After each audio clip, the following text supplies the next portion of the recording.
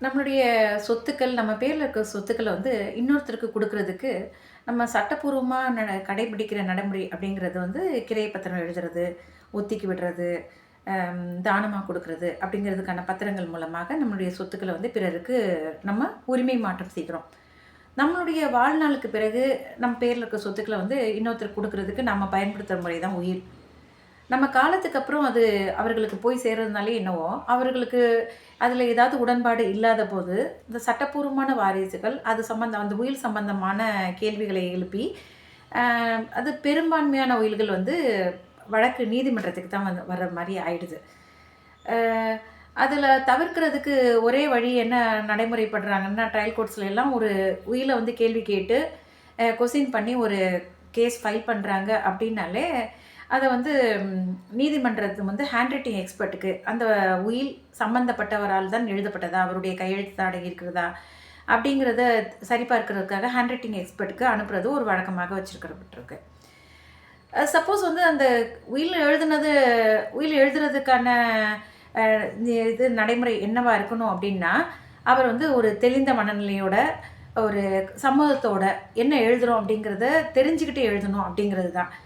அந்த மாரி எழுதாத பொழுது இன்னொருவருடைய ஒரு அன்டிவ் இன்ஃப்ளூயன்ஸு அவருடைய அ அவருடைய கட்டளைக்கு அடிபணிஞ்சு, விருப்பம் இல்லாம எழுதுறாங்க அப்டின்னா, அது அது போன்ற உயில்கள் செல்லுபடி ஆகாது. ஆனா நீதிமன்றத்தில அதெல்லாம் நிரூபிக்கணும்.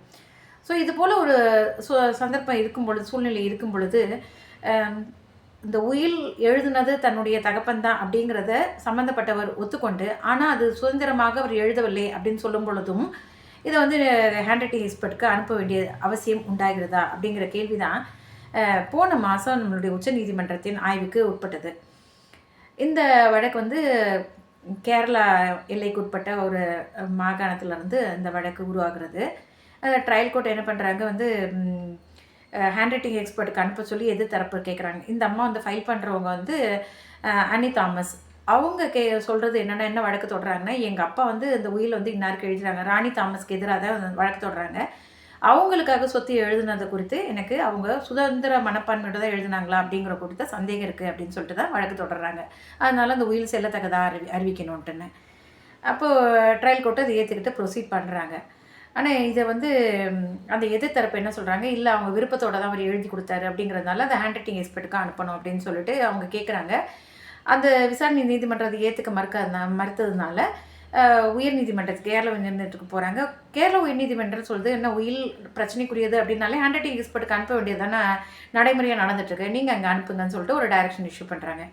இதை எதிர்த்து தான் அன்னி தாமஸ் வந்து உச்சநீதிமன்றத்துக்கு வராங்க. உச்சநீதிமன்றத்தில அவங்க சுட்டிக்காட்டுறது என்னன்னா, நாங்க பாருங்க கேஸ்லயே சொல்லியிருக்கோம். அத உயில் எழுதுனது அவருடைய சுய விருப்பத்தின் பேரில் எழுதவில்லை அப்படிங்கிறது தான் எங்களோட வாதம்னு தெளிவா நாங்க சொல்லியிருக்கோம். எந்த காரணத்துக்காகவும், எந்த இடத்துலயும் நாங்க வந்து உயில் அவர் எழுதவே இல்ல, அவருடைய கையெழுத்தே இல்லன்னு நாங்க சொல்லவே இல்ல. அப்படிங்கிறச்ச ஹேண்ட் ரைட்டிங் எக்ஸ்பர்ட்க்கு அனுப்ப வேண்டியது தேவையில்ல அப்படின்னு சொல்றாங்க. அத உச்சநீதிமன்றமே ஏத்துக்கிட்டு, ஆனாலும் உயிலை நிரூபிக்க வேண்டிய அந்த ரெக்யூர்மெண்ட்ஸ் ப்ரூவ் பண்ண வேண்டிய ரெக்யூர்மெண்ட்ஸ் எல்லாம் கண்டிப்பாக சட்டப்பூர்வமாக நீங்க நிரூபிக்க வேண்டும் அப்படின்னு சொல்லிட்டு, மத்த விஷயங்கள பொறுத்து விசாரணை நீதிமன்றத்தில தீர்மானிச்சுக்கோங்க அப்படின்னு சொல்லிட்டு வழக்க டிஸ்போஸ் பண்றாங்க. ஸோ இதனால நம்ம தெரிஞ்சுக்க வேண்டியது என்னன்னா, ஒரு உயிலை வந்து எழுதியது சம்மந்தப்பட்டவர் தான் அப்படிங்கிறத 2 தரப்பினரும் இல்ல சம்மந்தப்பட்டவரே ஆட்சேபிக்காம இருக்கும் பொழுது ஹேண்ட் ரைட்டிங் எக்ஸ்பர்ட்க்கு அனுப்ப தேவையில்லை அப்படிங்கிறத தான் நம்ம இந்த வழக்கு தீர்ப்புல இருந்து தெரிஞ்சுக்கணும். ஸோ வழக்கு வந்து அன்னி தாமஸ் வெர்சஸ் ராணி தாமஸ். அதுக்கு